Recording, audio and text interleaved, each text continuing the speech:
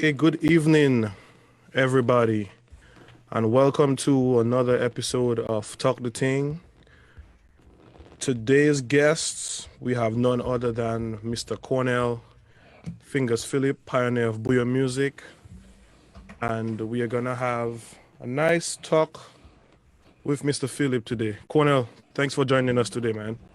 Hey, anytime, no problem. Okay.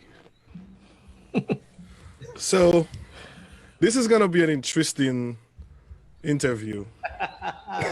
I know a lot of people may have certain things that they want to hear about Cornell, and most times when Cornell talks, people want to hear about WCK and stuff like that. But this interview is gonna be a little bit different. We are gonna touch WCK, but we are gonna go in detail of Cornell Phillip's career, his achievements, what he's doing right now, what he would like to do in the future. So, first question: who is Cornell Phillip in as it relates to the man, the father, the husband, the musician? Who is Cornell Phillip? Yeah. Who is Cornell Phillip? Well, I'm just a Dominican. I'm a person. I was born in Dominica, raised in Dominica. I was raised in Bath Road, where I currently live. I love music, as everyone knows. I'm a fun guy to be around. Sometimes I can be a bit too serious and never like to joke around, but hey, I'm just who I am. I'm the nicest person you can meet. I'm the calmest person, yet when it comes to being serious and getting things done, I am all about professionalism. So, so Colonel, when you say you grew up, the house you live in now is where you grew up. Yes. That's very interesting because throughout our life, we most of the time we move, we travel overseas, we try to pursue other things. But going back to Cornell as a young man growing up in Roseau, Right. what high school did you go to? I went to SMA. SMA. So going SMA, was it something at SMA that piqued your interest in music? Where did you develop that love for the No, music? man. The music started way before SMA. The music started way before school. I am the last of 11. Wow. And from the firstborn down to the one before the last born, we all played music. My father played music, my mother played music. So it was inevitable that I played music. So even before I went to school, I would be sitting down on my brother's laps whilst playing the piano, right where I'm sitting right now. I would sit down on his lap and I would We're play the having a little bit piano, of and it was technical it. difficulty. Ah, I'm not sure if 1 second. Hold on.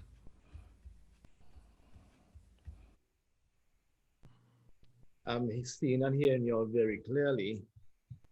Yeah, I could see you quite fine.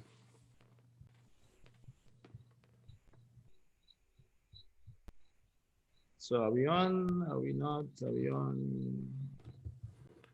Hold on, give me a quick second.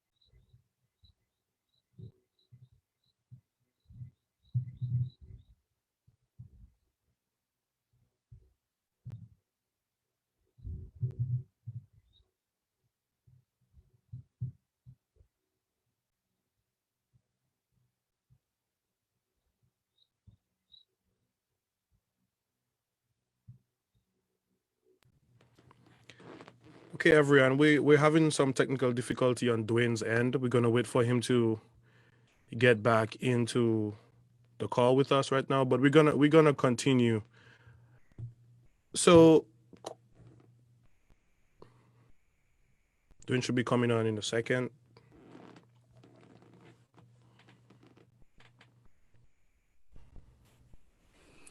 Oh, sorry about that. Okay, Dwayne. My internet just decided to kick me off there. Hey, go ahead. Technology, things happen. Yeah, man. Yeah, so we were talking about you and your, school days and music. So you said that music was inevitably something that you would end up doing. Yeah, man. I was born into it. As I said, I was the last of 11, and from parents down to the one before the last, which was Cedric, we all played, and some of us are still very vibrant in the music, and and it's just something. It's a Philip way of life.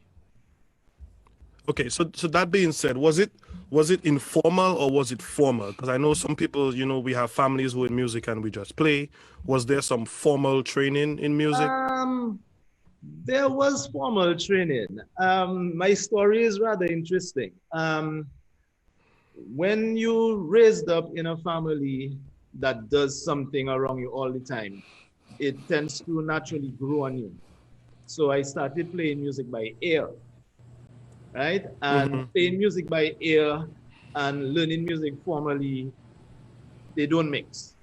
Right? So what happened is that obviously I needed to get some kind of formal training because I was just winging it. I would just hear something and I'd just end up playing it. So my sister, who is a musical teacher, she took me up. She decided to give me classes and stuff like that. But I would read the pieces, I would learn the pieces, and then I would just put the music aside and I would play everything by ear. Wow. So, and that was a problem because when you're doing the exams, the examiner, he looks at you and he looks to see that you're reading, you're actually, playing what you're reading. But it was difficult for me because I would learn the piece, and in music, there is something called expression. And then according to my mood at the present time, I would play according to how I felt. So if I had to play a piece aggressively, but as in a mellow mood, it was difficult for me to bring out that aggressiveness in the playing. So it was a hard thing. It was a good thing, yet it was a very hard thing for me until my sister really got fed up of the fact that she's given me pieces to play and I'm playing the pieces, but after a while, when it comes to the actual reading of the music, I would have lost focus, and then I eventually went to the Kyrie School of Music, and the same problem happened there. And by that time, I was in high school by the time, and probably I got uninterested in the the formality of playing music because I was very good at doing it by ear. I figured by ear was giving me a chance for me to create my own thing, to express my own self. Instead of reading something from a book, I could actually write that book. You understand? Right. So when you were learning, growing up, were there any influences in terms of the music, or in general? I mean, I know you said your family was pretty much a musical family. Your sister taught Right. music. What was one of those people? Were you looking at it like, hey, I want to be as good as my sister, or was there somebody maybe a little bit more famous that you were kind of patting yourself after? At the time, my sister had already left the house. And there was my brother, Phillip. And he was the one who really inspired me to play music. He was the one that would put me on his lap and we would play songs from, what's his name? It can't come to me. Stevie Wonder. Right. And I'd play these songs with him and I'd even be singing and stuff like that. So I think it was he that really influenced me in going to music 100%. Not professionally, but that was my interest, period. Nothing else was my interest but music. It was always music. So you say now you said now you always thought that because you were so good at picking up and learning the music by ear Right. that give you the opportunity to help create your own, Yeah. right? So, with that said, let's go into Booyah music and your impact on that, right? I mean, on the origins of Booyah music. You know, Right. when was it? When was the first time? Let's say you developed something and you were like, boy, you know, I think this can be, you know, something. It was somewhere between. You talking about Booyah specifically? Yeah, for now, for now. I would say the late 80s to early 90s. You know, that is when we really started to develop Booyah music. I think the first Booyah song that WCK ever produced, which was in I think 1990, let me see, 1991 or 92, was Culture Shock. You know, and that is when the influence of the traditional rhythms really started to have an impact on me, as well as Keith. It was Keith and I who really was doing things from since high school and really developing something, and without even knowing it, the influence of the Bell Lady quadrille and everything actually was impacting us. You know, it was just a natural thing that was just impacting us, and then we started to put these influences into the electronic music. In a nutshell, I know we're going to go deeper into that later. Yeah. So WCK was created where? Like location, whether it was a school band or was it something that you did at home? Where was the band created? WCK. When was WCK created? I think we have to go back a little bit. Let's do that then. When I was in third form, I met this guy called Keith Goddard. And we found out that we were very close friends, or our family were very close friends. Irvin was very close to Simeon Joseph. And also the family houses were like 400 meters away. You know, I lived on Bath Road and the family house was just down the road or just up the hill, lower Monrose. You know, so we started, when we met in third form, we started to, you know, vibe and thing. And then every time after school, we would come home and we'd play music. We would do little things on this little keyboard. And we started to borrow keyboards from friends of ours because we were little boys, we didn't have anything, you know. Right. And we started from there. Then in school, we would play for tea parties. By that time, well, I should say during this time, hi-fi had totally taken over the music scene. In fact, there were no bands that were active at the time except Swinging Stars, which would come on only during the carnival season. You know, so it was the hi-fi. And it was fortunate that my other brother, Ashton Phillip, had a song system called Synchronic Song System. All right, so we would go on his speakers. He had a little DJ mixer. We would connect and, you know, being troublesome after school, and we just start to play. Now, he would play out for school events like tea parties and stuff like that. And we eventually started to go to, well, I shouldn't say we started to go to these events. We couldn't go out yet, but if there was a tea party, if there was a tea party in SMA or in Convent High School, which was just down the road, and he was playing, we obviously asked our parents if we could go. It was a school event, so we would go there, we'd take the keyboard under our arm, and we just plug in and we started to play, you know, and people started to vibes on that. And then we started to play for like birthday parties, anniversaries, weddings and stuff. It wasn't no kind of big deal, you know, but it was a phenomenal thing because everyone during this time was accustomed to the hi-fi. So seeing these two little boys playing music, you know, playing live music was like a big thing, you know, during that time. And then my brother Irvin, he was in another band called, what was the name of the band? rooftop connection. And then they themselves were not really doing anything. They were broken up and stuff like that because I guess the music wasn't really working out.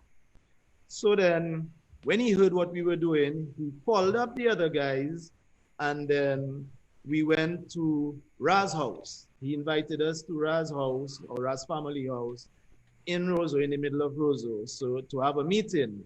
So it was Ra, Smokey, my brother, Tony Detouche, Walkers, myself, and Keith. It was 6 of us who were in the meeting, and the idea came about that, hey, look, these 3 young guys are doing something, so let us see what we can do together. You know, let's make up a band. You know, and at that time, equipment was a problem. You know, we really didn't have equipment. So that is when Irvin bought me my first keyboard, and Ashton, my brother, bought Keith his first bass guitar. And I remember clearly that when we got the bass guitar, I mean, none of us knew about equipment. You know? So when Keith got the bass guitar actually looked funny. And we were wondering, but how are you going to play that? What is wrong? Something is wrong with this guitar. It wasn't built properly. Right. Only to find out that it was a fretless bass. You know, so it didn't have no grooves on the fretboard. And it was like a very, I don't know, it intimidated us. Right. You know, and then that is what we had. So that is what we dealt with. You know, so Keith took up the bass guitar, I took up the keyboard, and we started to play. So by that time, we kind of upgraded. Walkers now was the only one who had a guitar. And I remember clearly, like at every jam, every time we played, even if it was for a rehearsal or anything, it would burst strings. It was famous for bursting strings. But anyhow, he had this guitar, and then the 3 of us started to play. He joined Keith and myself. Tony Detouche was supposed to be on drums, but that never fell through because, you know, drums is a big thing. It probably was one of the most expensive to buy and ship to Dominica. So it was kind of the most difficult thing for us to get. Irvin, at the time, he used to play with Swinging Stars. So he had access to the keyboard. So he would borrow a keyboard from Swinging Stars every now and then. And even we ourselves, we would practice in the Swinging Stars band house, which was the Green Grotto, you know, on Valley Road. And, but it was mainly Walkers, Cornell, and Keith who basically were playing most regularly, because that is the people who readily had the equipment with them, you know. And our first gig was backing up a song competition. It was the Courtesy Song Competition by DBS Radio. But one thing, your memory on point, Papa. Boy, I was just thinking that. You know, many times I've had to defend that story. But anyhow, continue. Yeah. We had that that Courtesy Song Competition hosted by DBS, and it was held on the President's grounds, you know, on Victoria Street, President's house. And whilst rehearsing right here, Franklin Moses worked at DBS at the time. Also, Tim Dura worked there. And they were putting the ad together, so they wanted a name. They wanted a name for the band, and we were like, we don't know, just put anything. We can't be too bothered about that. At the time, it was just fun for us, at least for Keith and myself. It was just fun to be backing up, to be going on stage, to be playing for people. You know, it was a big thing. Little boys, probably girls looking at us, blah, blah, blah. Yeah. Of course. So then they said, no, we need a name. Then Tim Dura was the one who said, Walkers, Cornell, and Keith, WCK. I mean, I don't know how the actual dialogue went, you know. And then Franklin Moses said, WCK FM, because it was a radio station, you know. So FM, high fidelity. So that is where it came about, and we just stuck to the WCK, and the rest, where the name is concerned, is history. So I have to interject here and ask, where did Windward Caribbean with a K Where did Windward Caribbean culture with a K come from? We ended up in a situation where marketing was concerned, where the band, what does WCK stand for? Workers Conlang Keep. What is that? Oh, our first name. So it wasn't the best marketing strategy, Right. or the best marketing gimmick. So we had to toy around with certain things, but by then the name was very, very, very well known throughout Dominica. So to change, we really didn't want to change the name. I think we thought of it, but we really didn't want to change it. So we decided, hey, Windward Caribbean, and by that time now we had that song Culture Shock. Right. And we said, okay, well, let's spell it with a K, the culture, we spell the culture with a K, being artistic. So we just started to call ourselves Windward Caribbean Culture. So that is where that name really came from. And thank God, WCK stuck. It was WCK, period. But I mean, for the longest while, I myself didn't know. I kept wondering what the WCK stand for. What WCK stand for? Yeah, man. I didn't. I mean, I know you a long time, but that's the first time I really getting a confirmation that is what WCK mentioned. So that's interesting to learn. So with WCK now, you guys start doing the music, and you start realizing, okay, you gather in some steam, things are picking up, you're getting maybe more requests to play and all of those things. So what your most popular song with WCK, right? I'm going to assume is Balance Batty, right? Popular, yes, I would imagine so. Right. So how did that song come about? Just give us a little background on that song, and the lyrics and the melody and everything like that. I would say at the time, everything that WCK did eventually was a group effort. Keith and I, after school, we had the most time because everybody worked. Everybody else were grown up. Keith and I were the youngest by far. So what happened is that, well, what would most likely happen most of the time is that Keith and I would come and we would mess around with the drum machine, mess around with all kind of things and rhythms and tones and stuff like that. And then later on in the night, the rest of the guys would come, and then we would be very excited in showcasing what it is that we came up with in the afternoon. And then we would actually build on it from there. So WCK's music back during that time was definitely a group effort. Hello? You there? Yeah, go ahead. Okay. Yeah, go ahead. Yeah, it was definitely a group effort. How the actual song came about, I really cannot tell you exactly how it came about, but I know everybody had their role. Keith was the bass, I was the keyboards and drum programming, Ra was the vocals, Irvin actually was the one who, in the true sense of the word, I would say Irvin was the producer, in the sense that he was the one that would go over the melodies, the lyrics, the arrangements. He was the one that was he was the person that would finalize everything. Okay, this is good. Okay, I think we should change that. Okay, blah, blah, blah.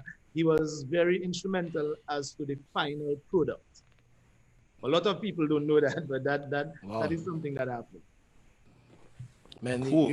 You guys were geniuses, man. You guys developed something that has changed so many people's lives, and right here, I mean, we have to give you guys credit, right, for that, because that's something I feel like that doesn't happen often enough. To be quite honest, so many young people now that are involved in music, right? Involved in Booyah and all that, and just hearing the little background story on how it was kind of organic, right? The way everything kind of came together. Right. That's very, very interesting to learn, man. And credit to you guys, man, for coming up with that. Yeah, man. Thank you. So So you did WCK for quite a number of years, Quite and a number. I still doing WCK. true, that is true. But you are officially, I would say, out of the band, and you didn't just drop out of the music scene. You didn't like. I know some people. They were part of a band, and because the band is no more, they're done with music. You moved Right. on, Yes, I and you moved on with Rupee, Bajan soca artist right. Rupee. But at what point did you decide to make that move? Even before Rupee, at what point did you decide to make that move? If let's say Rupee wasn't in your view, at what point and why? Um, there became a time when we would play. Yeah, it was nice. It was fun. We obviously had our internal issues, but that is something that everyone goes through. That is part of life. But what happened is that after a while, I personally started to feel stagnated in the sense that I was playing the same thing over and over and over, playing with the same guys over and over and over, playing the same basic keys because of the lead vocalist. You know, every lead vocalist has a range, and Rad is range, and that is the keys that we would most likely do most of the music in. You know, so it was the same key over and over, and it started to get to me. That together with the fact that we probably, after a while, you know, like siblings living in a house, after a while you get fed up of each other, you know, and you start to fight a lot and you start to get into a lot of arguments. By that time, we were going through that phase. And I was thinking, yo, when you go to a gig to play and you have so many songs to play during that night, and every song that comes up, you have to be wondering, what is the lead part? What do I have to play for that song? It's time for you to move on. You understand? So it was it like the repertoire was so vast, but it was so different but similar, you know, to the point where I was starting to get confused. You know, I is the same key, and I trying to figure out if this melody is for that song, and it was just an eye opener for time for me to move out. You know, and at that same time, there is this guy, a friend of mine. A lot of people don't know that his name is Michael Fagan. He called me and he told me that there is this guy in Barbados who's trying to reach me, you know, and he gave me my number and expect a call from him and stuff like that. And the guy's name was Van Gibbs. And then he called me and he told me, "Hey, Cornell, man, I've heard you, man. I heard you're very good, man." And that's how he speaks, you know. And he was like, "I need you to play for me, man. I've got this artist in Barbados and I need you to play for me, man. His name is Rupee." And I was like, "Who's Rupee?" And I was trying to figure out. And then I remembered Clint, you know, who was also in WCK, was a big fan of Rupee, you know. And then I went to listen to Rupee's music and I was like, yeah, I can do that, you know. And then they offered me a job to play lead keyboards. No, was it lead? Well, to play keyboards. I didn't know what the position was yet. And they called me, they offered me a job to move to Barbados to play for Rupee. And I jumped to the opportunity, to be honest. It wasn't, I didn't have to think twice about it. You know, by that time, I gave WCK notice. I told them that I was leaving. You know, I just didn't turn my back on them. Even when they hired, what's his name? Little man, Ulson. I would call Ulson. I tell Ulson, "Hey, you need me to help you if anything, everything working out, Irie?" And he told me that, "Yeah, man, I good." You know, so I got that opportunity and I jumped to the opportunity. And when I went to Barbados, the next keyboardist picked me up, Miles Robertson, and then we went to the band house and I met the rest of the guys. I met Rupi. And then these guys would tell me, hey, play that lick, play that lick. And I was like, what lick? Of that song, that song, that song. And it was Balance Batty. It was the accordion, you know, riff for Balance Batty. And when I played it for them, these guys just hit the roof. They were so excited. And I was like, what is in this riff? You know? Yeah. But Booyah music is Dominican and nobody can play it like Dominicans. Facts. So just like reggae is Jamaican and nobody can play reggae like Jamaicans. Right. Same thing with Booyah. The groove, everything, you have to be born into that.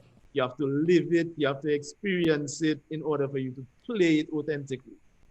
You know, so yeah. So what was the feeling, especially with you guys being, you know, young, realizing that you have something special that could potentially take care of you and your family to some degree, right? Mhm. And the feedback from the older crowd, because you always have the thing where the older people say, boy, you know, what all we making now is nonsense, is noise, and you know, so what was that feeling back then? Did you guys get a lot of resistance for the music?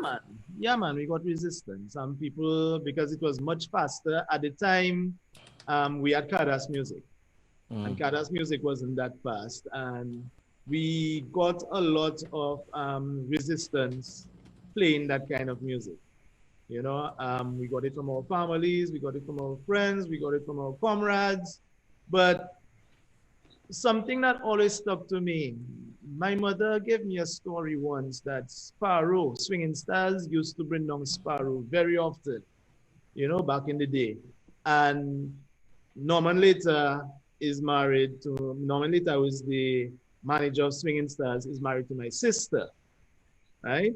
And at the time they brought down Sparrow, and Sparrow stayed at my mother's house.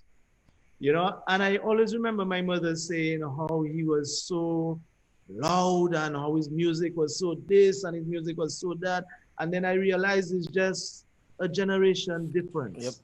Yep. You know, so my mother didn't like, she probably didn't like the tempo or the lyrical content of Sparrow, yet his peers at the time loved it. So it's the same thing that is happening now. The peers and the peers of, or the generation, the Sparrow's generation, when Booyah music came through, didn't like Booyah. Right. But our peers loved it. So it's just switching the generation. It's just going from generation to generation and the opinions of the music and what it is that you're doing. But it's, I don't know, I like to please people. So I actually listened, but they wouldn't make me change my stuff. But I always listen to them and see how, or have a dialogue and see how I can get them to understand what it is that we are doing, Right. where it is we're coming from. You know, so we did get backlash, but that's just part of the process. It didn't discourage, right. No, That's good. That's no, good. that's part of the process. So what was the when you get to Barbados and you know you play the riff for Balance Batty and the excited and all that. But what was the major difference did you feel at the time was between the music that you were making in Dominica and what you started having to play in Barbados? The first rehearsal was a bit intimidating because that is the first time that I have ever played with different musicians. From the time I was in school to the time, like I left school in 1988 and I joined Rupi in 2004. And the same set of musicians is who I played for that period of time, you know? So it was a bit intimidating. I didn't know what to expect. I was hoping that I would be up to the standard. The fact that they were gung-ho on the Balance Batty riff kind of broke the ice, kind of made me feel a little better. Right. Trust me, they are very, very, very good musicians. I mean, when you really think of it, Miles Robertson, he not too long ago was the MD for Adele. You understand? Oh, wow. And the Red Boys, actually you're part of the band. The Red Boys who produce music today in Barbados, all these hit music today, were part of the band. One was the drummer, the other one was the guitarist. You know, Scott Galt was the musical director. So it was very, very, very good musicians. And I had to step up to the plate. The good thing about it is that I was very versed on the drum machine. I was very versed on the Akai samplers and stuff like that. So that was my responsibility.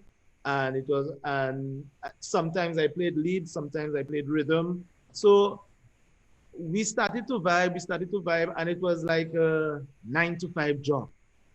We would get up in the morning, we would go down, we would rehearse, you know, we'd take a break for lunch, and then we'd come back, and then we'd go up until, 3 or 5 o'clock, and then we'd go home and come back the following day and do the same thing over. You know, and we did that for 3 weeks straight before we actually started to tour, and it's, as I said, it was a little intimidating, but the guys, most of them were from Barbados. The background singers were from Trinidad, and Mikey was doing drums, and then he eventually left, and then we got a drummer from Antigua. So most of them were Bajan, but we had from the small islands, and we had from Trinidad. So it was a diverse group with different cultures, because even if I meet any one of them today, they would call me Mister, because I have my Dominican accent and things, so they would always trouble me, Mister, So it was a nice transition. It was a pleasant transition, I must say. So you mentioned that when you got into the studio, they were like, play that lick, and it was that balanced batty riff, the accordion. Right. At any point, did you feel like, yo, I maybe messed up by leaving something that I'm now finding out that people like so much, and I left it? At any point, did you feel some sort of guilt, or like, oh my God, I maybe made a mistake by leaving the band? No, that never dawned on me. For one, I was too busy. Okay. For two, I was too excited in finally venturing out into something else, and we had there was bad blood in WCK. So I really didn't feel any regret. I was concerned about the future of the band. Not that I didn't think that they could make it, but I didn't want the band to go down as a result of me. I didn't want to carry that burden. So I was very happy when I heard the material that they came out with and people were accepting it. And I was actually happy when people would say all kind of things about me. That I tried to mash up the band and the band don't mash up, it didn't work, and blah, blah, blah. I was happy that the band was moving forward, so no regrets, no. Well, I'll be one to say that from my time working with you, I can say that I saw firsthand that you never really disconnected from WCK. I remember us being in the band house and, Keith bringing songs for you to either listen to critique, and sometimes you would even mix and master stuff that the actual WCK band without you were working on. So you were always, connected, and I just want to put that out there. Yeah. I mean, there was a period of time when it was bad. Yeah. It was bad. I mean, I can tell you stories. I can tell you this one story, which I wouldn't tell you. No. But it wasn't, there was a period of time when the emotions were high. The emotions. Would you say it was a more of a thing of ego, or was it, a situation where you guys, like you say, were just maybe kind of just tired? You needed a break from each other, kind of, or was it like an ego thing? Egos had to do with it. I mean, I would think egos had to do with it. I mean, it starts with an ego, when you really think about it. Of course. It starts with the ego, but it was about the business. It was about the egos. It was about the path, the differences in paths. It was about the personalities. It was just about so many things that were frankly not addressed. You know, so it actually got to a point where it just like, yo, Stuff was swept under the carpet, and then it just blew up. yeah, Yep. it just blew up, you know. And at the time, it was really, really bad. So which one of those songs that you guys had in WCK was about let's say real life situations where you guys something happened and you guys just kind of made a song up? Man, I believe the majority Everything? of songs that Ra wrote, the majority of ideas that Ra came up with was something relating to real life. That's good, man. That's Doom, good. pregnancy, culture shock, why kill culture 4, culture 2. Boy, I even heard that songs were written on me. Which You know, one? I don't No. Which know. one? I can't be bothered about these things. I can't be bothered about these things. You know, I understood songs were written on me. I had no idea. And they tell me, yeah, go back and listen to it. And I talking about 20 years later, having a discussion. I heard about that too. Like, I heard about but one. it was about the music for me. It was about uplifting people, making people happy. And I was achieving that through the music, through my efforts, through my personal efforts. So I really couldn't be bothered if somebody wrote a song on me or sang on me or whatever, you know. And I mean, I can think of 2 songs right now, you know, but that is another discussion, you know. We're not about that right now. So what it Hold on a while, doing the good thing about that, even if the song was being written about you, I was always fascinated about how well those songs were written. Like I remember looking, trying to get the story behind Balance Batty, and what I came up with were you guys, the members of WCK, in a jam, Right. watching this woman in the corner, you know, having fun, dancing, and Right. each of you saying what you would like to do with that woman on the dance floor if you all got a chance. That's what I got from Balance Batty, to be honest. I may be wrong, I may be right, but for some reason, me trying to put a story to that song, it kind of looked like a Right. group of guys, you know, checking out this girl and being interested, and she's having fun, and maybe you could say, And I think that is one of the reasons of the success of that song, because it speaks of something that happens at every gathering, every party, you know, any Man. social gathering you go to, you can make reference to that song right. in terms of the meaning. You know, that's why it still plays the world over today. Man, it's crazy, man. I remember a few years ago I was in a club in New York City, and the club was called Rebel, I think. And they had a Right. little basement area, man, where it was just Caribbean section. And I remember one night we went there, man, and maybe about 4 o'clock, we were like, all right, let's leave. Right. And we start walking out, man. And when we get right by the door, I hear ta, ta, ta, ta, ta, ta, ta. I say, well, what the hell? Party But start. hey, turn back and go back inside. We stay another hour in the place until they close. Like that song, man, it plays everywhere you go. Everywhere. It's crazy. Yeah. So Even today, I mean, you can remember when we came back for the Lime Creole in the park. When we came back, and then the last song we did was Balance Batty, and from the time I started to play that riff, people were like all up in the air, you know. So it still has that impact today, you know. Yeah, and man, it's something that I can say that I'm very proud of. You know, that's a proud achievement of mine, one of my proudest achievements. I know it coming. Yeah. So let me just mention this, guys. As you can see, it is 8:47, and Ready? this I'm telling you, this I'm interview, we cannot see the end in sight. So people asking me what I drink in, I wouldn't tell you. Get more of your drink. Get more of your drink, because we're going to be here for a little while.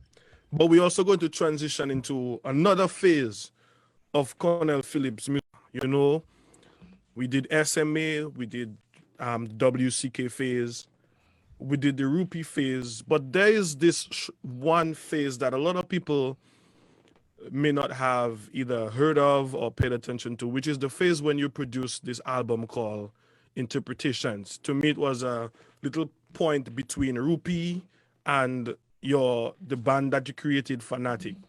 Tell us about that album and why did you create that album, Interpretations? Because I wasn't in WCK anymore and I wanted to play WCK music. So you left because you wanted something different, and then when you get something different, you're like, boy, I missed that, so I have to make something to kind of come back to it. That's why I made an adaptation of it. Right. So tell us about that adaptation.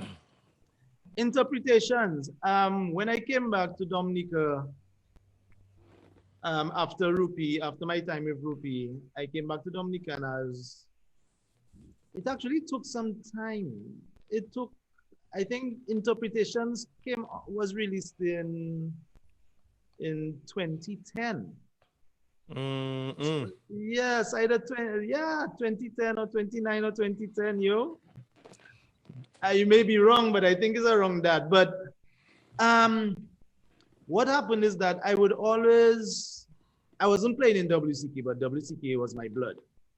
You know, it was in my blood. But so I would always play the riffs and do this and all kind of thing and try all kind of different things. And then having a studio, I would just put down ideas, just messing around, you know. And before I knew it, I had a set of songs which were adaptations of not only WCK songs, but Dominican songs. You know, I had adaptations from Ophelia, from Jeff Joe, you know, from Groovers, you know, WCK. And a friend of mine, Chad, he would always be in the studio with me and he was saying, yo, you have all that thing there. Let us do an album. You know, put out an album. You know, you're always playing, you're always in the back and thing, do a solo album.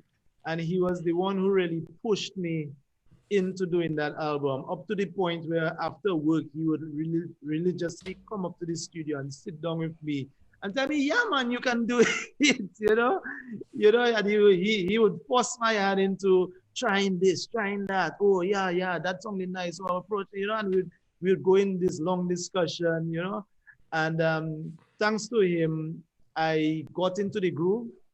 And then I started to really produce that album seriously. You know, I really decided to give it some time and really put some effort into it, into producing that album. And I call it Interpretations because I wanted to basically have that music played where the original would most likely not be played. Case in point, WCK on a Sunday, somebody relaxing at their home, they wouldn't play a WCK balance batty or drum song at their house. But I did it in such a way where you could sit down, close your eyes, relax, and just sing the melodies in your mind and just be soothed, you know, by the music, you know. And that was the main purpose for doing that album. I always tell people, like, I wanted to take WCK's music and bring it into the household on a Sunday morning or Sunday afternoon after you have had your lunch and you can just relax. You know, so that was the reason for that. And then I threw in the Ophelia, you know, it wasn't all WCK, you know, I threw in the Ophelia and the Midnight Groovers and the Jeff Joe and stuff like that, you know. So what about I'm just thinking here. So we had the Rupee phase. We did the Interpretations album, but even before that, one of my favorite things about like you and the music that you have put out is the Music I Know Right. compilation albums, right? So I mean, like Michael Henderson is one of my favorite artists, right? I love listening to her sing. But Cornell, I mean, from the late 80s to now, it seemed like you always like a constant in you. Like I don't want to compare you to Kanye West, but it's almost like they say like if good music, you had like good rap music from way back, Kanye West was like a producer Right. or he listened to this song, like you had some involvement in it. What was your what was how was you know how was that experience working with somebody like Michael Anderson and some of those people, music I know, and you know give us Um, a back on that. I don't know. I mean, Dominica's smaller, so you end up working with everybody. Yeah. Right. So, but in you see, I have to go back a little bit. You understand? To really bring this story to light, the true story to light. Hey, At the time that that WCK used to do, well, WCK did its first album at Markov Studios. And then from there, we started to do our own recordings. We got an 8-track Tascam reel-to-reel recorder. Well, actually, Ashton got that recorder and he got a mixer. We couldn't afford that at the time, but he gave us he gave us the permission to use the equipment to record, you know, and we started to record our own stuff, WCK, and then it piqued my interest, and I was saying, hey, I can go into this full time, right? So, in a nutshell, I started up a studio together with my partner at the time, Edmund Angor, right? So we started Imperial Publishing, and then he's a bassist, I'm a keyboardist, and Martindale Olive, who was the guitarist for WCK at the time, we would always be vibes in, you know, and then we came up with this idea, this great idea of producing an album celebrating the independence celebrations, right? And then we started producing, and then we actually started to call the album 3D Hard Way. That was the name really that we hard of it. you know, and then we were shopping it around. Because it was three of us, you know, it was three of us primarily doing the album. So we needed sponsorship, so we were shopping it around, and then we eventually came to the DFC, right? Who the chairman at the time was Eddie Tulo.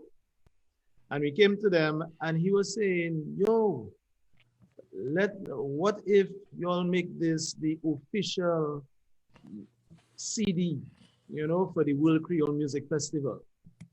You know, that would be a great idea. You know, we would support you on that and like just brand it. You can put, you know. So it was 3D Hardway Musicano. So the name of the group was 3D Hardway, but the name of the album, it was one at a time. We didn't expect to make more, you know, was Musicano. And then we dropped the what you call it? We dropped the 3D Hardway and we called it the World Creole Music Festival Commemorative CD Volume 1. You know, so that was the official release of the festival. So they used it as a marketing tool. It was our album, but the DFC used it as a marketing tool for the World Creole Music Festival. So the first one that we did, the volume 1, I sang most of the songs, and Martindale Olive, the guitarist, he sang some of them, and then myself and Michael Henderson did a duet called Help Me, which was the last song on the album. Mm-hmm. And the album did well, but we had a problem when it came to toil, you know, so we decided that I needed to step back from the lead vocals and we needed to bring in new, you know, because I never considered myself a lead vocalist. And being at the back of the keyboard and stuff like that. And I mean, for the World Creole Music Festival, what you see there, Musicano, the way how it was, couldn't do that because the lead singer was behind a keyboard. So we needed somebody at the front. So that is when we decided to get lead vocalists onto the compilation with the volume 2. And that is when we got Michael Henderson, Elijah Benoit, and Martindale Olive stayed as a lead vocalist / guitarist because he was very good he had a much better voice than I did, and he can be a different with his guitar singing. So that is when they came on board, and we did volume 2, volume 3. Yeah, we did 2 other volumes with the 2 of them, with the 3 lead vocalists. And working with them it was a pleasant experience, I must say. You know, working with Mikel. Mikel at the time was Mikel Henderson today.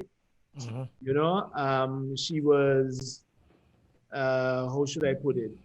She was, she surpassed us right now, but she wasn't there. She was part of us. You know, we were the boss right now. She is the boss, but at the time we were the boss. So it was nice. I mean, I guess we had a little hand in developing Mikel Henderson into what she is today. You know, not only us, of course, but I think I can be proud to say that we had a hand in it, even if it's 1%. So it was nice working with her. I mean, every musicians, I don't know if you all know, but musicians are the most sensitive people that you can meet. And each musician and each artist is different in, we just special. You know, so dealing with Mikel was one thing, dealing with Elijah was another thing, dealing with Martin was another thing, dealing with Eddie, dealing with myself, because we're very sensitive when it comes to our creations and what it is that we want to do. We extremely sensitive. And I think that actually helped with the success of the Mizikanu compilation series, up to the point where I think 3 years ago, we did a volume 4, you know, Right. when we brought in Carlin, XP, and Webster Murray to do the lead vocals, and Donovan Gabriel and myself produced it. And I mean, the Mizikanu series is something that I am extremely proud of. Great stuff, man. Extremely proud of. So I think we lost Dwayne. He'll be back, and I actually wanted him to initiate that phase, but let's go into the fnatic phase. So how did fnatic come about? This band that you created, how did it come about? When I came back to Dominica from playing with Rupee, I needed to do something. I was out of a band. I had left the studio for a while, so I kind of had to build back up my clientele with the studio. So I had some time on my hands, and there was this group of friends of mine who had a band, Impromptu, and they were no more. So the musicians were just there. They were not really working or doing anything. So Lyndon Lestrade, my friend at the time, I went to him, I told him, hey, let's put something together. You know, I have an idea and I need musicians, and you guys are really not doing anything for now. So let's see how we can work out something we can tap, you know, see how we can put our heads together and come up with something. And I had the name of that band for years, many years. Story goes that I produced Triple K's first album. And when they were producing the album, well, I shouldn't say did I produce it? I don't want to go on record and be wrong, but let's just say for argument's sake, Triple K was recording by me, right? So at Imperial Publishing. So we were talking and vibes in, obviously, we making music, we producing, you know, and everything. And then the name of one of their songs was Fanatic Compa. And I was like, yo, now is a good time. Just an idea, now is a good time for you to probably change the name from Triple K for obvious reasons to Fnatic, because I like the way of Fnatic, you know, and a lot of compa bands. And at the time, Triple K was more primarily a compa zouk band, you know. So I was like, yo, that word fanatic is a thing that already in that compa vibe. It was just an idea that you all can probably change your names to fanatic, and they decided to stick with the triple K.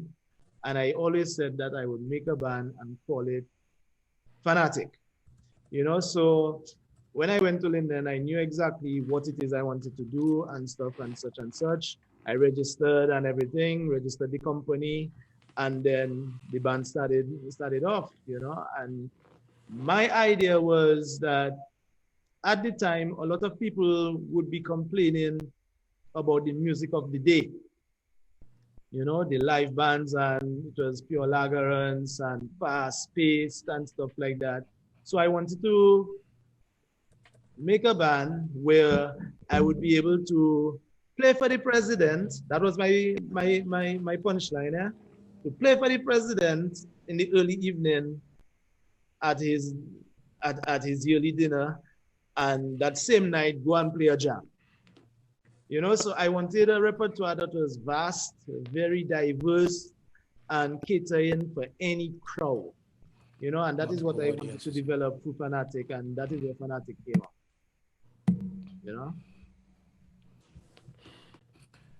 Yeah, man. So with Fnatic, you had to pick some. You said you had some guys playing impromptu and all that.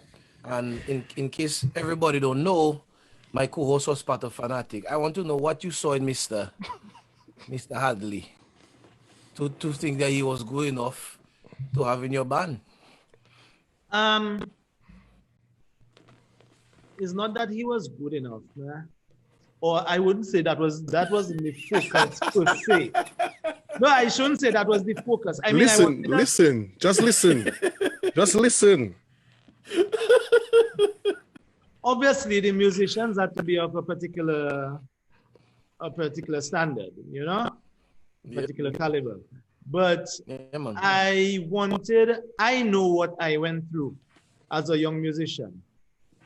And there's no way that I want anybody to go through what I went through, right? So I focused on getting young musicians who would want to learn, not necessarily learn from me, but just I just wanted to have a set of young people around me who I could encourage, who I could probably spread some light and experience to them. So my focus was young people. I mean, Lyndon was my right hand, plus he was the engineer of the band. We had Sharayan Parilo, who was doing lead vocals. We needed a drummer, so there was this young guy, Froggy, I played with Froggy. I think I played with Froggy during that time already, with Mikkel. Did I don't know, but there was Froggy and there was Hadley, but Froggy was already with Triple K, so Hadley was the next, was the obvious choice. And he was a very troublesome guy, I must say. And I figured I wanted to work with this guy. I wanted to work with this guy. I mean, I just needed somebody I could work with. I needed people that I could depend on, people that saw and understood my vision. And, I just wanted to be the best that I could be with young people around me, I would say. Anyways, I just want to answer somebody on the live there. Colin XP, just say something there. Hardly never learned. Take that back, because that's not true. That's not true. But Fnatic came about, and this band was basically everywhere. And would you say that the goal that you initially had for Fnatic, to play at the president's party and then to still play for Carnival, you could do the very low budget gigs, like, play at happy hour, but then you could still play the big budget gigs. We were a backup band for some artists. Did you think that you really got to achieve the goal that you wanted with Fnatic? I believe so. I believe I achieved it. There was a major hurdle that we actually were doomed to fail on, which was economics. You know, because the band would go and play for happy hour, but when you go and play for happy hour for, you know, not that much of a big paycheck, how are you supposed to go and play for a large venue and charge premium prices? Right. You know, so that was an issue that we had. And also, when we started to charge the premium prices, the smaller happy hour gigs or the little bars and the birthday parties and stuff like that, that was a bit much for them. You know, so I think that was a losing battle where the complete band was concerned. And we eventually got to a point where we were just like, we would just play for private events. You know, private events, and every now and then we play the happy hour event until it got, you know, the smaller gig event until it just didn't make sense anymore. And then get into a big stage. I mean, we have to be honest. To go on a big stage at the time in these hard economic times is either Triple K or WCK, period. Right. You know, so it's difficult for you to get onto a stage and get paid really something, you know, that is substantial, that you can go home and feel happy about. You know, so I wasn't going to ask my guys to go down in their price. I wasn't going to ask guys to play for me for free, you know, unless if it was probably a benefit concert or something, and I would first ask them if they want to do it. If they don't want to do it, then we wouldn't do it at all. You know, but as I said earlier, I know what I went through, and I wanted to treat my guys properly, and I can go on record as saying that I treated my guys as fairly as I possibly could through the with the economic climate of Dominica. I think I treat my guys as fairly as I could. Yeah, man, the money was coming well.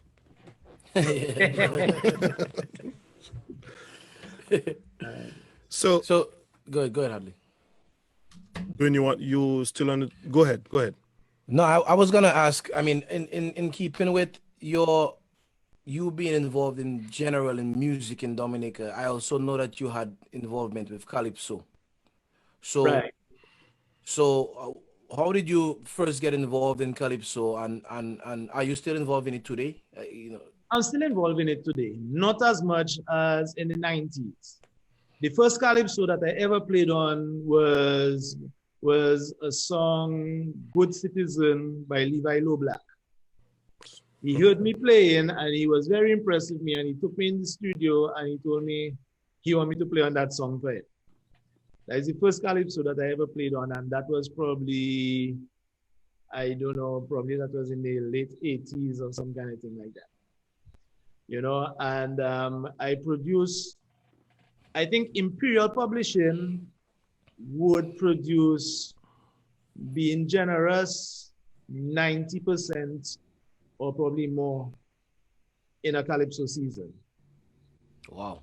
You know, I produced the majority of, the last I checked, I had 20, I can't remember exactly how many, but 20 something Calypso crowns with 30 something songs. Wow. So I was involved in as the part kingmaker of 20 something crowns, you know, so 20 something years, and with either producing the both songs or one song for the Calypsonian. And I have produced countless Calypsonians. Countless Calypsonians. Do you mind naming some of the crowns? How many crowns dice have? 8? No? 8 or 9? 9. 9. 8 or Okay, 9? I produce 8 of them. Yeah. 9 or 10? You sure it's not 10? No, he's not 10. But it's only 1 year that dice won the crown that I didn't produce for it. Right. I produce bricks. Wow. I produce observer. I produce fronter, hunter, venturer, the wizard. Boy, Chester? Daddy chess. Well, no, I think when I produced for Daddy chess, but I'm not too sure if when he won the crown, did I did something on this song, but I don't think I actually produced this song. I think I mixed the song or something like that, but I don't think I produced the full song the year that Daddy Chess won. Boys, so name the kings I worked with. Caressa. Hurricane. No. I produced for, I think I produced 1 song for Hurricane before he left. The Calypso Ring. But no, I have no crowns of Hurricane. Bricks. Bricks, yes.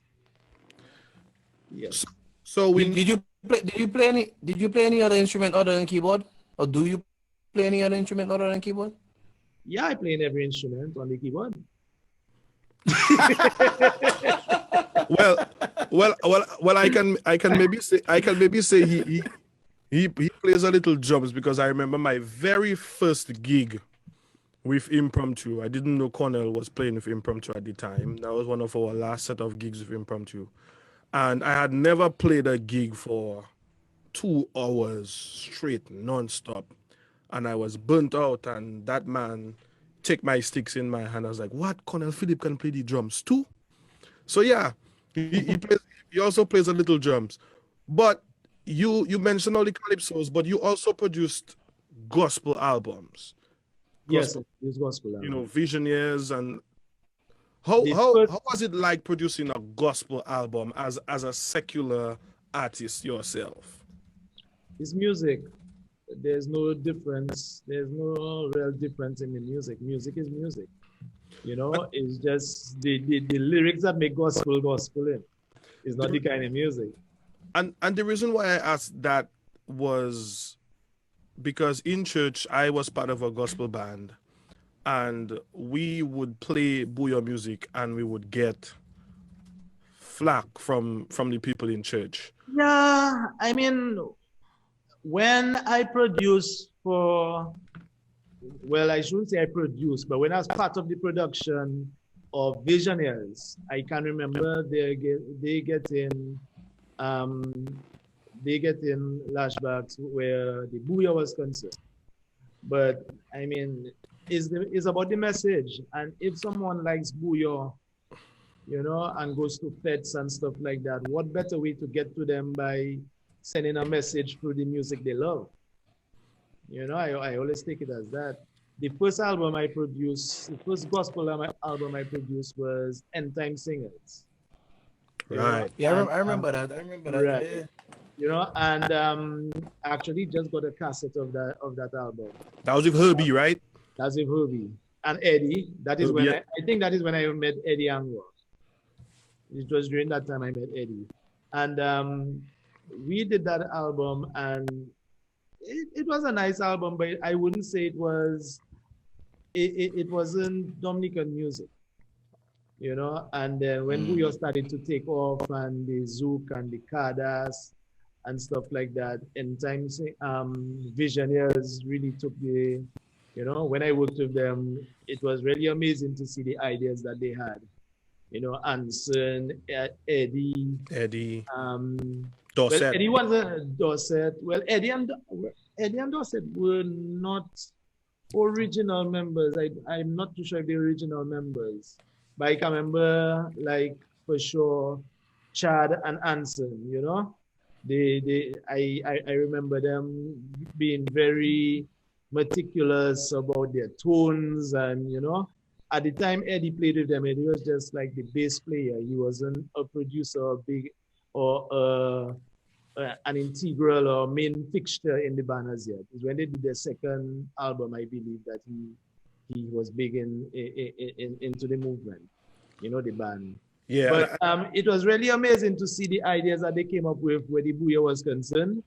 And all these times, I love working on these projects.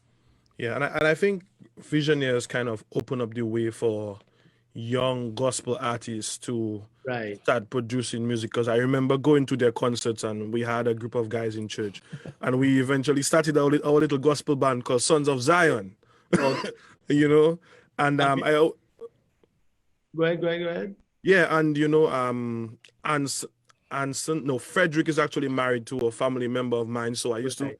be close to those guys, and it was kind of cool, you know, getting into music. And I remember the very first time that I played at a gospel concert with Visionaires, and I was the only thing I could think of. I'm going to play the same drum set that Anson is playing on tonight. That's all I cared about, you know. So it was, I think they opened up the avenue for gospel artists to do Booyah music, because we It's a really got small kicked. world, you know. I mean, when you really think of it, it's a small world. I mean, people find it strange that I would tell them today, I mean, Michael Jackson was just like you and me.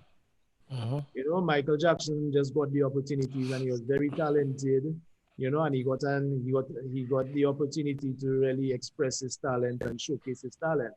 But he's just a person like you and me. We can do, all of us can do impossible, well, not impossible things, but great things. You know, and as we on the gospel tip, I also produce albums for Jerry Lloyd and Yeah, I remember Jerry Lloyd. Vessels of Honor. I also produce for Vessels of Honor. Wow, Jesus. What Did you produce for Hendrix? what you haven't do? I don't know. There's so much that we haven't done. Did you produce for Hendrix Thomas? No, I don't think so. No. Okay, so that's one thing Cornell didn't do. All right. So then from fnatic kind of, you know, I don't want to say diode, but you know, you guys moved on from that. And then you get into Fnatic is still there. Okay. Fnatic is still Okay. Fnatic is still a registered company, you know, and still doing work. But the thing about it is that the market for live band is not really there in Dominica. At least for you to get paid. It's not really, it doesn't make sense. You know, it doesn't make sense. And plus the kind of music that I want to do as an artist and what I think my responsibility is as an artist, I cannot see Fnatic going mainstream in Dominica. So in that same vein, what is your we'll kind of come back to your journey a little bit, but what is your opinion on the music industry? Since you are somebody that's very involved, not well, but still somebody who's very involved. What is your opinion on the industry in Dominica, music-wise? Because one of the questions that we have is, you know, did you ever work a 9 to 5 while you did all of these things that you were doing? Right? Was that something that you had to, you know, put to aside, and, you know, did these things take care of your family? You know what I'm saying? I worked a 9 to 5 very early. As I said, I come from a very big family, and the family had a business, Campbell's. And straight out of high school, I went to work in the family business as a technician. And there became a time that I just got up and I told them that I will not be returning. And I went to the Rosa Credit Union and I got my first loan. I bought a keyboard and I started a studio. Wow. just like that? Yeah. I literally got up and said that I will not be returning. I guess as a family member, you can do these things. If it doesn't work out, you can still go back. You have a fallback, right. So I just left and I just went to the credit union. I put in an application for a loan and I got a Korg keyboard. And then I started to make music. I started to produce. I started to reinvest. And yeah, that's what it is. Wow. Wow, wow, wow. So the second part of the question in terms of the industry in Dominica, because you said that certain bands there's not that industry or for certain bands. What do you think? What the state of music is in Dominica right now, and how does it compare to when you guys first started? Because I can imagine that it would be difficult for you guys in the early '90s without the amount of technology that we have now, right? Like you said, it was a challenge to get instruments. It was a challenge to get so many things, but now you just find where people just going on their laptop and making music and releasing it. And how do you what do you think about that? Um, that question is a twofold question. Technology, yes, technology is probably one of the greatest things that ever came about in terms of music, but it also made things easier. So what what we had to do is continue doing what it is that we were doing in terms of producing music and making albums and making songs, and which was the togetherness, coming together as a group to do it. We should have continued that and implemented the technology into that module. But because things became so simplified, because things became so simplified that we could stay in our rooms and we could just make a song on our own with everything that is needed, right at our fingertips. That had a positive impact, yet a very negative impact on the music. Some say that, and if I say something is not to hit anybody, not that I have that in mind, it's not to hit anybody or hit any part of the industry, but the computer made the music very sterile, right? I can remember there was a time when WCK used to make its hit songs. We used to feed the people with the music. We used to feed them. We used to give them what it is we want. And at the time, I believe we were making great music with arrangement and this and that and an effect here. And, we put time into it and we were proud in presenting that to the people. Right now, it's like the music has become so simplified that musicianship, one can say according to what music they listen to, you can say that musicianship has gone out the window. You can say that vocal perfection or a great vocal performance has gone out the window. There are so many things that we can be talking here right now, and I can just take this interview and just make a song out of it where anything that we say is a melodic line. So it's like we didn't take it and use it to our advantage, but we took it to make a fast buck. If you understand what I'm saying. When you have to buy the equipment, for hundreds of thousands of dollars, right now, today, you buy the equipment for that same equipment for less than $1,000 in a much smaller box. You understand? So when it came to the actual making of the music, I would say it more had a negative impact on the music than a positive impact. You understand? And again, too, it's not to say it's not stepping on anyone's toes, but I just believe that you get so much more gratification and so much, the results are so much better when you come as a group and you make music or you do anything. You come as a group, a focus group, and you make noise, you debate, but at the end of the day, you have this perfect product that you can feel proud of. Proud about, right? I mean, I will always make reference to that song that we did, Anujre Kadas. That is a song that Fnatic did when we entered the Kadas competition some years ago. And I had no idea of what I was going to do. I just knew we needed to produce 2 original songs. And I came into the studio and there was Froggy, Odell, Mikael, myself, and Carlin, 5 of us in the studio. And yo, we need to make 2 songs. Let us start. And from the get-go, all 5 of us put in our input and we just started to do things. You know, we didn't know where to start, but I think it was Odell who played a fast little riff. And I was like, yes, okay, do that again. And we just started to build. And if you listen to that song, you can see that that song has arrangement. That song has, it is a great song.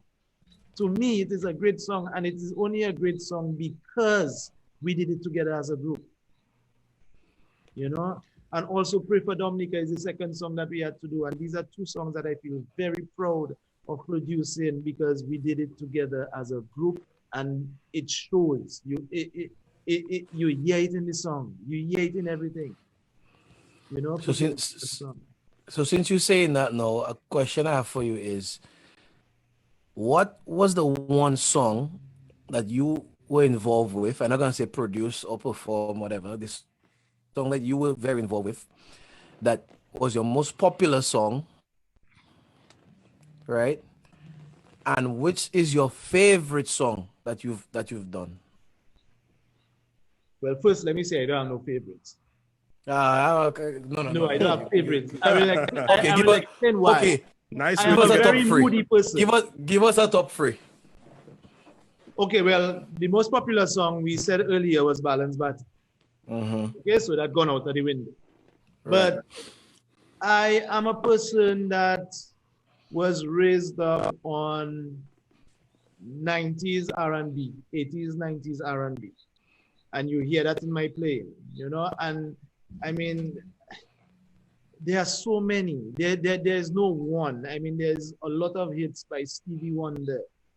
There's a lot of songs. I mean, man, sometimes I go in a frenzy. There's this radio station that I listen to on Apple Music. And it's like, these songs just put you in a mood. Yep. You know, there's no great, I cannot say that there's a great era, I would say. You see the 90s R&B era, that was my time, right? When it comes to Booyah music, my favorite Booyah song is Booyah by WCK. Mm-hmm. Right, that's my favorite Booyah song. I just like the way how the groove was going and how Ra flowed on the lyrics, and you know, it was just a nice song. So that's my favorite Booyah song. When it comes to Kadas music, what is my favorite Kadas song? I don't know. Fresh. You know, not necessarily fresh, but it's like there are 2 bands that I knew growing up. When it came to Kadas, it was Exile 1, it was Gramax. And Exile 1, I would listen to Exile 1 if I want like the dancing music. But if I want the real interest in the dynamics all over the place and everything, I go to Gramax. Yeah. Gramax. You understand? So these 2, and then Groovers now. Groovers have everybody has their place in the genre. Groovers have that kind of organic song. You know, they have that kind of organic song, and everybody. And it's not to say I don't like groovers or I prefer this or I prefer that. It just depends on mood and everything. It depends on the mood. It depends on the mood. When it comes to calypso, it's the same thing. When it comes to gospel, it's the same thing. I cannot say I have favorites. If I have to say I have favorites, that list will be long. That list will be long.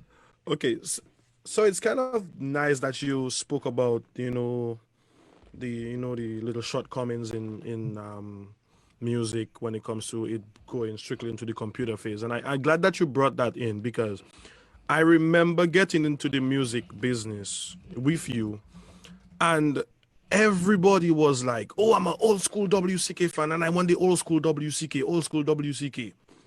And then, lo and behold, people got what they were asking for.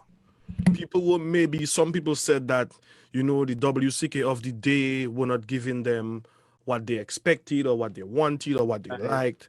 And they called for you guys. Oh, we want the original. And then it happened. A couple years ago, we had an arrangement where the original members, or most of the original members of WCK Band came. Right. And you all rebranded yourselves as the OBP, the original Booyah Pioneers, which is what you guys really are. Right. We know why the people wanted it.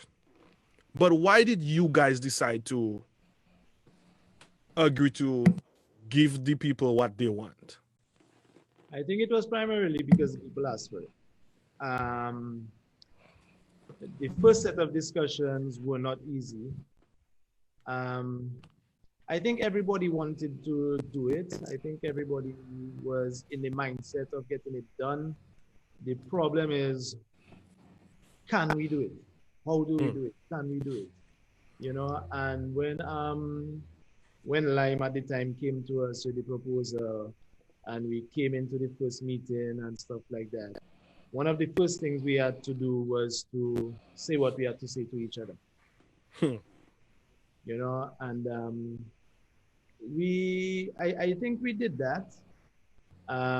Those that had problems with me, like those I had problems with, you know, some of it was a misconception. Some of it was things that we just had to talk about and just done with it, you know, but at first it wasn't the easiest thing, but once the first note was played, everything was about the music and the excitement of what it is we were going to do.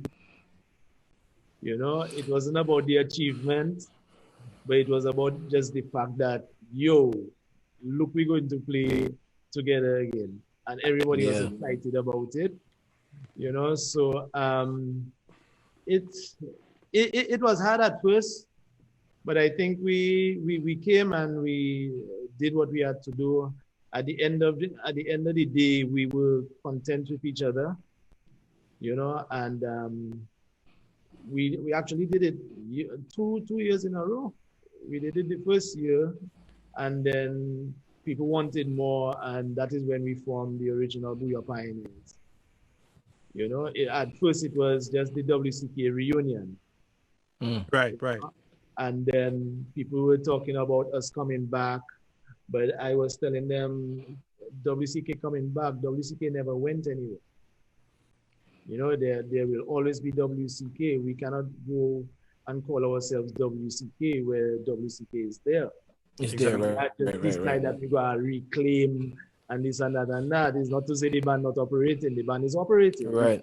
I was one of the people that were very, very, very strong-willed, and I would not have it. You know, it's not WCK. We are not WCK. WCK is still there. You know, it's still a very, very vibrant, still a very active band. So we decided to go and do something new, do a new project. It will still come off as the people like it's the original members of WCK. We can still make reference to that, you know, but it will not be WCK. Right. You know, but and that is when we came up with the original Booyah Pioneers, and then we did the second year, which was a mass. I mean, I think that was the biggest crowd that Creole in the Park ever got. Man, I remember you guys performed in Queens one year for Labor Day weekend, and boy, we were excited. But when we heard about that and we went to the show, that was one of the best Labor Days, boy. That was proper, boy. That was nice, but it was nice. It was nice. Well, for me, that first. So you go ahead, Hadley. That first performance that y'all did in Curl in the Park, I was already up here in school, and I literally zoned out of class watching you guys perform, because that was the first time that I saw you guys perform. I had never seen the original members of WCK, and tears was literally coming out from my eyes for some strange reason, because you guys were sounding exactly like what my father used to play.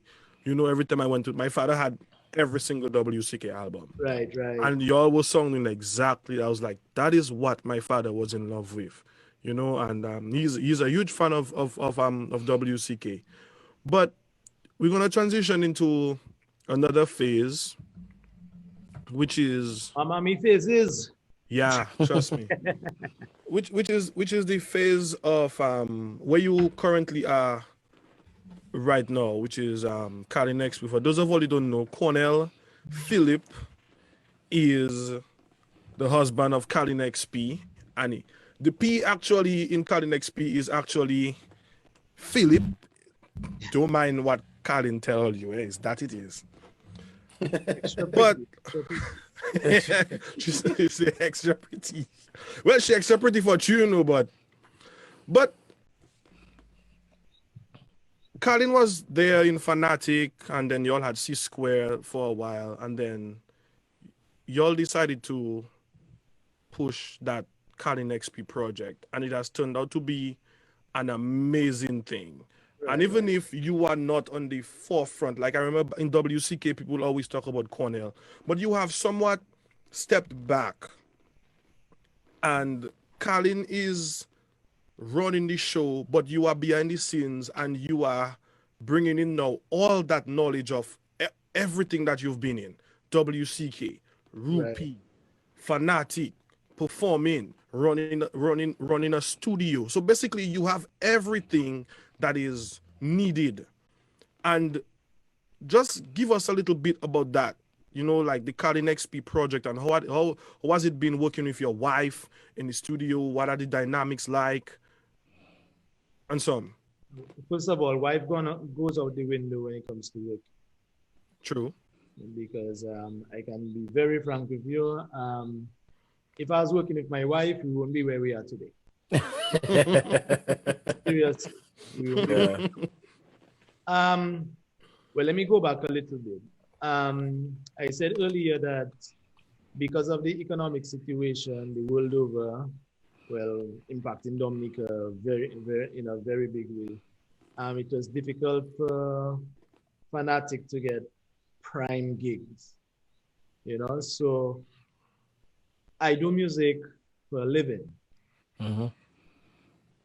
Carlin at the time was the lead vocalist for Fnatic, and she was also a nurse working at the PMH, doing some real like nosebleed hours, you know, and stuff like that at times. And there came a time when we decided, hey, Colin, you can't go on doing this. You can't be a nurse working at the hospital doing say 3 to 8 in the afternoon to evening and then go and play in the night, you know, or having to do a whole night from 6 to 6 and then getting a little sleep, and then for later on in the night you have to go and, you know, be singing on stage and stuff like that. So we had to make a decision. So we formed C Square. By that time we had formed C Square because we saw that there was a big market for the smaller gigs, but it couldn't sustain the big band. You know, and certain things went on with Fnatic, where I decided, hey, let me take a step back from Fnatic for a while and really concentrate on that smaller thing, because the big band thing wasn't working out, obviously. So I decided to do like a duo. So that is where C Square, Carlin and Cornell, the two of us, C Squared, came into play. And there became a time where it was too much on Carlin, and I would really push. There are certain things I really pushed for, and certain things I would have expected from Carlin, and it was tough on her. So we went through the whole process of deciding if we wanted what exactly we wanted to do on a professional level. I knew what I wanted to do, but Carlin had a choice to make between nursing and music. And trust me, we went through some formal ropes. You know, we spoke to certain people that all you wouldn't understand. You know, we did sessions, and because it was a big move, big career move. And at the time we had our first daughter. So we made a decision where Carlin would resign her post at the Princess Margaret Hospital at the time, and she would go into music full time. I was already in music full time, but there is no, I think it is a better, the Carlin XP, the artist, is a better brand than C Square. You understand? I saw Carlin XP as a brand reaching much further than C Square can ever reach. Right. So the C Square is still there. The C Square would still play, but I started to push the Carlin XP brand. I started to produce for Carlin XP. I started to see what I could do with the Carlin XP, development of the Carlin XP brand was concerned. And there was always the stigma of anytime you hear of fnatic, Cornell Phillip, it gets to a WCK conversation. You understand? Then there is C Square, it comes to a Cornell Phillip discussion, then a WCK discussion. So I wanted to really focus on Carlin XP and really take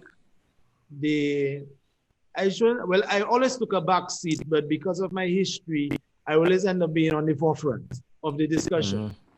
So I really had to do something. I needed to get material, branded Carlin XP, needed to get marketing and doing all kind of things. And it was a great advantage that we lived together, we married, we lived together. So it was very easy for us to just come up with ideas and just work on things. Right.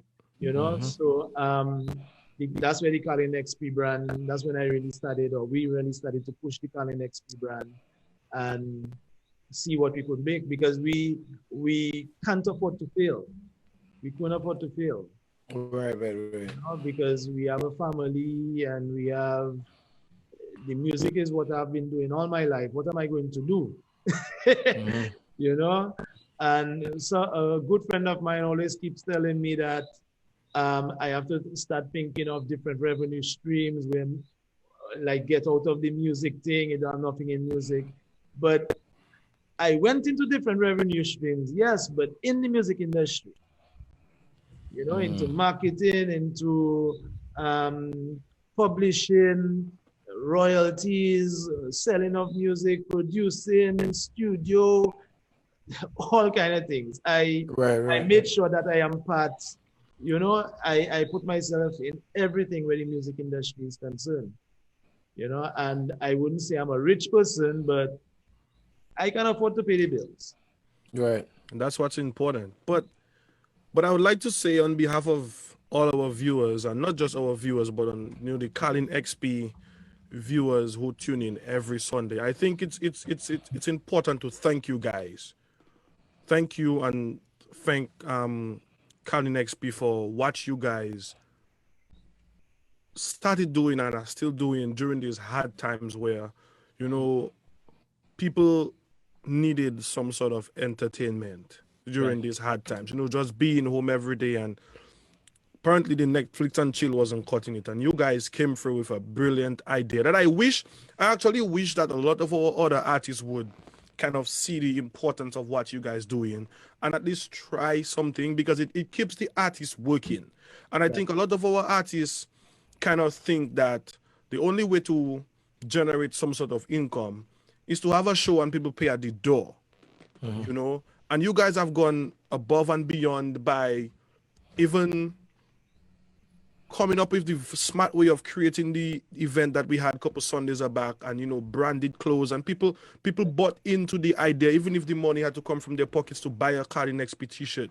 And that's all because of the quality of the material that you guys are putting out. And we here at Talk the Ting were able to partner with you guys during that time, and we would like to thank you guys for every Sunday, shouting us out and calling our names on your platform. And we just want to thank you for this. I'll tell you one thing, people don't want it to end, so I don't know how are you going to come up with I don't know. Um, we have not seen the end in sight yet. Okay. Oh, I you hear don't that? know, I don't know how long it will last, but we don't see the end in sight. I honestly believe that no matter how you look at it, when our borders open, we going to have cases of COVID. I mean, that's a no-brainer. Not to say is through negligence or anything like that, but our borders must open. People must come home, and we going to, so we still have to be safe for the next 6 months, next year. I don't know how long it's going to be, but as Colin would say, thank God for COVID. We got to do something that really impacted positively on lives. You know, it was actually musical therapy with Colin XP is not something that we sat down and really put together. We were bored out of our minds. You know, we didn't know. You get up in the morning, you're in the house, and it's like you don't know what to do. You don't know what to tell each other again. It was just like, whoa, you know. So I told Colin, let us just go live. Let's do something. I have the iPhone there. We have internet. We have lights. We have life. We need to spread the word of, protecting ourselves, social distancing during this time of COVID. Let's spread the word. That let that be our initiative in doing something for the cause, where COVID was concerned. So we did the first one, and people, they didn't want us to stop. They were so appreciative of what he had done and how it made them feel, and then we said, okay, well, let's go on again and let's go on again. And then by that time, we're trying to figure out that we're doing this probably, actually, people came wanting to really donate, and they started to ask, where can we donate? How can we donate? Because what you're doing there is a really good thing. And we know that you're out of work and this and that and that. So that is where the whole donation model came from. And we started doing it. And I think it's the better way to go when it comes to these online things, because we don't know what each viewer is going through, because a lot of people were out or were out of their jobs at the time. So we don't know what they're going through. So we want to do something that will impact positively on the viewers, yet we can probably get back something, but the focus is to, and that is something that I am very strong about. I feel very strong about. As an artist, you have to impact positively on people's lives. True. And everything else will follow. So I saw that as an avenue of impacting positively on people's lives, and we will get in return. Sometimes Colin does even go overboard. Certain things that Colin does, and I say, Colin, that was too much. Cornell will get the money back. Don't worry about that. But once you do good, good will come to you. And I strongly believe in that. Well, y'all have been doing a very, very good job. And I'm looking at the live there, and people can't wait for when all this lockdown is over to have Colin XP in Antigua.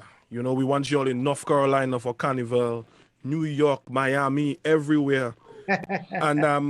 and World Korea Music Festival. And I, for one, I'm one of the people who will talk until I can't talk anymore. A lot of people say that I'm biased, but I will talk until everything that I talk about for Colin XP, I actually see it, because I know she is worth every dollar. But we're going to move into some rapid fire questions. Yes. And Dwayne, because I know you want to ask question 3, I'm going to make you ask question 1. Okay. Question 1. Water or alcohol? Water. That was an easy one. You know that. I know. Question 2, either way, Bolo gonna be happy. Codfish or smoke carrying? Papa man. Both. Bunjao. Oh. Once it All nice, right. I it. Of course, man. Mix that. Give me a mix there, Bolo. Hardly a froggy. Who available? Ha! I like that. I like that. No, but before we continue, I have a pool of musicians. Hadley is not there anymore, but I wouldn't say I have a set band. I have a pool of musicians that, according to what I'm doing, I will call on them. You know, and we have a group, and it's like I am very, very, very open. If we have a gig coming up, I say it in the group, and then I say who I'm going to use, and I explain why. You know, but like I have one drummer for now. I have 2 bassists, I have 2 guitarists. You know, and according who is available or who I think I can use right now and stuff like that, I am upfront with them and tell them what it is, and I have no problems doing it that way. I'm very grateful for them for that. Drummer number 2 will be featured soon, man. Stage life or studio production? Ooh, that one is difficult. I like the studio, you know, but sometimes you get fed up and you want to just be out. You want to go on stage. I am not too fond of the traveling. I'm not too fond of the hard work you have to go through to get on stage. But I love when you actually get on stage. When you're actually on stage, right? Yep. Yeah. When you're actually on stage, I love that. A movie or a series? Series. And in terms of Okay, what hold on. What is your favorite? I know you don't like to pick favorite, but what is one of your favorite series? Boy, New Amsterdam, 911. I don't know. I look at all of them. Everything. I look at all of them. And since you're an Apple guy, did you look at Dickinson? No, I didn't look at Dickinson. I looked at C. What did I look at again? What is this one? I can't remember the name of it, but I have been in a situation where we do so much and we hustle so much that sometimes you just want to relax. So I just go and I just flick and I just put on something. I just start to look at it. It's interesting, and I just start to look at it. You know, okay. Snowpiercer. You know, I can't wait for the new season of Rookie to start. I can't wait for the new season of Star Trek Discovery to start. Well, if you want a little laugh while you're waiting for those, check out Dickinson. But the last one is in relation to somebody say Cornell actually have time to watch movie. Yes, I have time because I hardly sleep. When something is on my mind, I would probably go into I would drop for a little while, but then I'd get up and my mind would just be racing. I'm always thinking of something, and whilst I'm thinking of it, the TV's on, and yeah. But I should be sleeping more often than I am right now. You know? That is true. Yeah. I'll say the same. And the last one before we close, in terms of calypso, groovy or up tempo? In terms of calypso? Producing, yeah. In terms of producing calypso, groovy or up tempo? I would say groovy, in the sense that groovy is the one that probably would more carry a message. A good message, yeah. Not necessarily a good message. The up-tempo carrying the message too, you know, but it's from what angle? You know, the groovy message will carry the groovy Calypso will carry a message that will stand the test of time. The test of time, yeah. You know, so I more, and you can sit down and you can relax and listen to it at any time you please, you know. If you want to relax, you can sit down to a groovy, it can be a groovy of anything, you know. I mean, it have dance all like a reggae. When you're feeling in a mellow mood, you listen to reggae. So you can say the reggae is the groovy and the dancehall is the, you know, the power. You know, and same thing with Booyah music, same thing with Zouk music. You have the fast kind of thing, and you have the more mellow. But I just believe it's all about the message in the lyrics. It's all about the message in the lyrics. Cool, man. And one more question we have before. So a partner of ours, he helps us with the show. I want to know what Cornell will be sitting down on the generator in Carnival if our phone is on. What he does be listening to?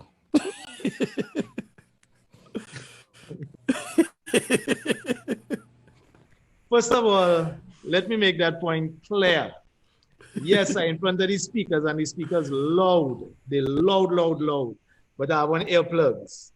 All right, I wear earplugs, very good earplugs. They're not cheap, and they I think is a 26 decibel reduction from the noise outside into my ears. So it's not damaging to my ears in any way.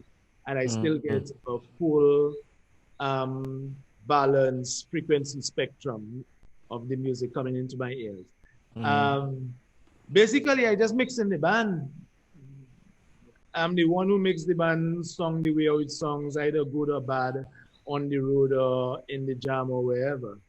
Okay. So the generator, before I used to be on the floor, but on the road, but sometimes the signal is probably not the best. The Wi-Fi signal is not the best, especially when you're mobile. You know, so many variables. So you have to be close. One and two, walking down. I mean, I can't be on a street with an iPad in my hand, chipping behind a band, trying to, you know. So I eventually decided to go on the generator and just pull up and just do what I do and enjoy myself. You understand? Nice. I'm in the middle, I'm in the safest place. Enjoying, you're right. Enjoying the music at its best. And you've seen everything. And you're not everything. And you're not tired. And I'm not tired. So I'm in the best place in the band. The best place.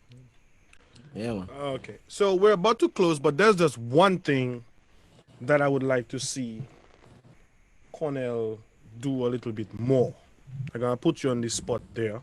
I know you're doing it, but I think it's good for the furtherance of the music, and that's finding some sort of way to pass the knowledge on a little more. I know fellas had hard. I know some fellas thinking like they can do it, or I can do it. But I think it would be good for you to, even if it's a, you know, like a one-time thing, to have some sort of class on not just playing the keyboards proper. You know, like I think Booyah is kind of simple when it comes to playing the keyboards, but you know, like having a wider range of you know, when playing the keyboard, because you have played for almost every single artist out of Dominica, from Nelly Starr to Ophelia to Mikel Anderson. It all started with WCK, but you've played with all of them, and that's because you have broad knowledge of the instrument that you play. You have broad knowledge of music in itself. You don't operate in a vacuum like, oh, it's Booyah music I can play. And I think if you leave without putting some of that in somebody else's hand, I think we're going to miss out a lot. So I personally want to see more of that, because that knowledge you have there, my boy, if you see you just go with all of that, we literally going to miss out a lot. So that is just I never miss an opportunity to share the knowledge. Right. I'll never miss an opportunity. If I have to go into like the training and stuff like that, I have to do it at a very formal level. That's what I mean. I do have time. It's something that I have to make time for. And if I'm doing it, I have to do it properly. Right. You know, but my hustle is so, boy, I've been hustling since I know myself. I've been hustling. I've been on that musical hustle from very long, very, very, very long. And that is what I know. That is what that is why I succeed, because of the hustle I hustle. So if I cannot do it on a side, you know, like a lot of people come to me and they tell me they want me to teach them, and I tell them I don't have the time to teach you, but you can come around. Yeah. I doing a job. I going to be doing a recording session. I gonna be doing a mixing session. You can come around. The problem with that is it becomes boring to them, because when I'm in the flow of things, it's like they just sit down there, but it looking like I'm getting nothing done, or the process is so slow. You know, that a lot of them, they come the first time, they come the second time, and they don't come the third time. And I can understand why.